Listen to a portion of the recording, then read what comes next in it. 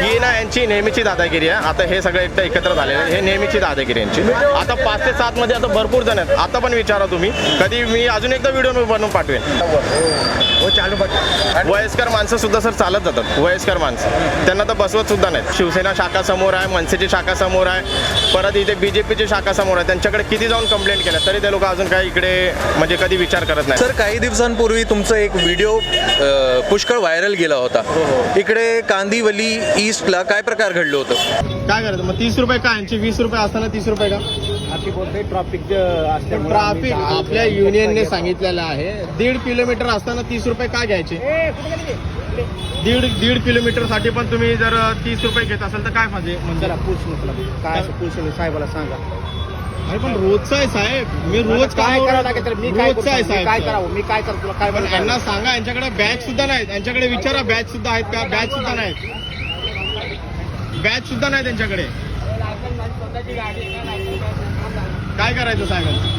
चला पुलिसांना काय असेल ते चला ना, चला. आता कसं मी येतो सांताक्रूजवर ना, सांताक्रूजने इकडे उतरल्यानंतर माझा रोजचं येणं जाणं असतं. हा इकडे उतरल्यानंतर हा जो भाग आहे ना, इकडे आपल्या युनियनने ठरवलेला 20 रुपये भाडं म्हणून.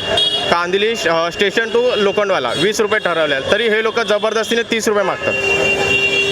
आणि प्लस त्याच्यामध्ये 4 जण बसवतात. आणि 5 ते 7च्या याच्यामध्ये कोणतीच ट्रॅफिक नसते, कोणतीच, तरी हे लोक 30 रुपये मागतात जबरदस्तीने. बसायचं तर बसा, नाही तर चालत जा, अशी यांची दादागिरी आहे साहेब. 30 रुपये म्हणजे फक्त एकच पॅसेंजरला की मल्टी पॅसेंजरला? प्रत्येक पॅसेंजर. शेअरिंगचं असतं इकडे? शेअरिंग असतं. शेअरिंग आहे 20 रुपये. आणि आपलं जर मीटरचं असं बघायला जाणार तर 26 रुपये आहे. तर 26 मीटरचं 26 रुपये असूनही 30 रुपये कसे का घेतं? इकडे कोणी हस्तक्षेप करत नाही? कोणी असं आम्ही खूप वेळा कंप्लेंट करून झालो आहे, कोणीच ह्याच्यामध्ये लक्ष घालत नाही.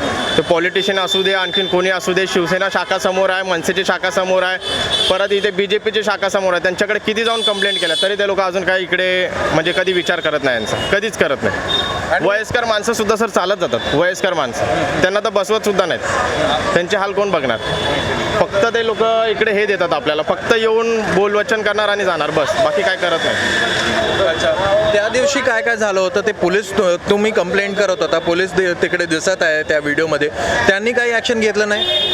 हां, मी त्यांना फक्त फोन करून त्यांना सांगितलं असे असे आहेत, एक्स्ट्रा अमाऊंट मागतायत. पोलीस आले, पोलीस पण विचारते, मला बोलत आहेत की मी काय करू, मी तरी काय करणार. तर त्यांना जाब तरी विचारा का मागतायत. गुन्हाच करतायत ना पैसे जास्त मागून कस्टमरकडनं. मग काहीच करत नव्हते. त्याच्यानंतर मी RTOला फोन केला, अर्धा तास मी ते थांबलो. तेव्हानंतर RTO आला, त्याच्यानंतर ती मग छोटीशी त्यांना फाईन मारली आणि मग ते गेले.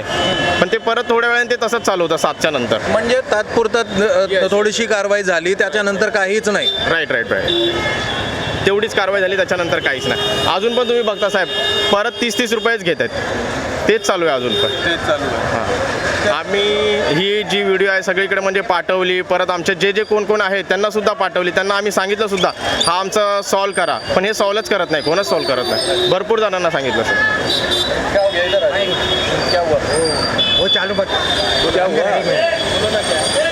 बोलो ना, इधर ही बोलो. मैं क्या बोल रहा हूँ, जो 30 रुपये लेते हैं ना, उसका सीधा जाकर फोटो निकालने का, सीधा कंप्लेंट डालने का.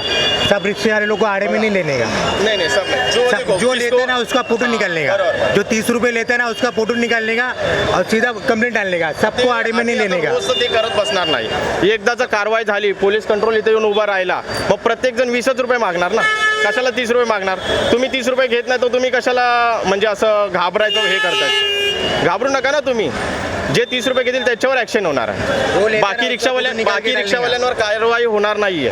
बरोबर की नाही? हमारा वीडियो देखा था उस दिन मैंने. वही बोल रहा हूं ना भाई. सब लोग रिक्शे वाले लोग आ रहे आपको लगता है गलत हो रहा है ये 30 रुपये मांगना गलत है? 30 रुपये सीधा कंप्लेंट डालने का. ऐसा कहते ना, कोई वाटर पाड़ा मारता, कोई हाईवे मारता 10-10 रुपये का भाड़ा. जो 30 रुपये नहीं मारता वो लोग भी आड़े में आते, मालूम है क्या? उन लोग की कारवाई होते हैं. दादा मी सांगतो, दादागिरी काय आहे यांची. 30 रुपये देत असाल तर बसा, नाही तर जा. रिक्षात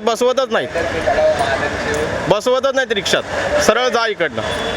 आणि आम्हाला लोखंडवाल्याला जायचंच नाही. मग रिक्षा स्टँड बनवले कशाला युनियनवाल्यांनी? नका ना, तुम्ही 26 रुपये किंवा मीटरनी जावा, बसवू नका त्यांना. क्या बोल रहे, इधर आ जाओ. ट्रैफिक भी तो लगता है ना, एक घंटा लगता है जाने के लिए ट्रैफिक का, 1 घंटा मिनिमम 1 घंटा लगता है। हाँ अभी पब्लिक होने हाँ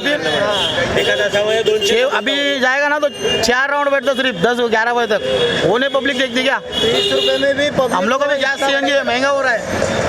यहाँ पे पैसेंजर जो लोग आते हैं ना वो लोग बोलते हैं 50 रुपए लो भाई, मैं एक दिन का 30 खुद से मुँह से बोलते 50 रुपए 30 रुपए बोलते। डायरेक्ट लेके जाओ 100 रुपया। जो लोग बोल रहे हैं उनको लेके जाओ, जो लोग पैसेंजर खुद आके बोलते रिक्शा नहीं मिलती, बोलते भाई 30 रुपए लो, बाद में एक मिनट बाद में 30 रुपए देंगे, बाद में पीछे जो नंबर रहता है ना रिक्शे का वहाँ पे ट्वीट डाल देते, फिर आरटीओ हवलदार आता है, हम लोग भी कार्रवाई करता है, खुद सामने से खुद सामने से वो लोग खुद सामने से 30 रुपए देते। आणि येताना जाताना भाडं आहे आम्हाला, बरोबर जाताना भाडं आहे, येताना आम्हाला किती तास 1 तास पण लागतो लाईनीत उभं राहताना, तेव्हा तो नाही कोण विचार करत, तो पण तुम्ही विचार करा ना।